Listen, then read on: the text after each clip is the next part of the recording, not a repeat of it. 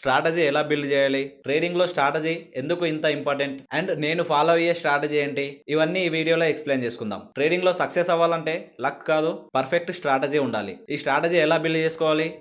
First one, select a single asset. ఏదైనా single asset ని select చేసుకోండి. Like bit coin, gold, silver, ఇలాంటివి చాలా ఉంటాయి. అండ్ రెగ్యులర్ గా దాంట్లో ట్రేడ్ చేయండి. సో ఆ పర్టికులర్ అసెట్ యొక్క బిహేవియర్ మీకు అర్థమవుతుంది. సో నెక్స్ట్ టైం ఎంట్రీ ఎలా ప్లాన్ చేయాలి, ఎలా ట్రేడ్ తీసుకోవాలి అని ఈజీగా అర్థం చేసుకుంటారు. సో తొందరగా ప్రాఫిటబుల్ ట్రేడర్ గా మారుతారు. Next technical analysis, price action, indicators, SMC, వీటిలో ఏదైనా ఒకటి సెలెక్ట్ చేసుకోండి. And back testing, forward testing చేయండి.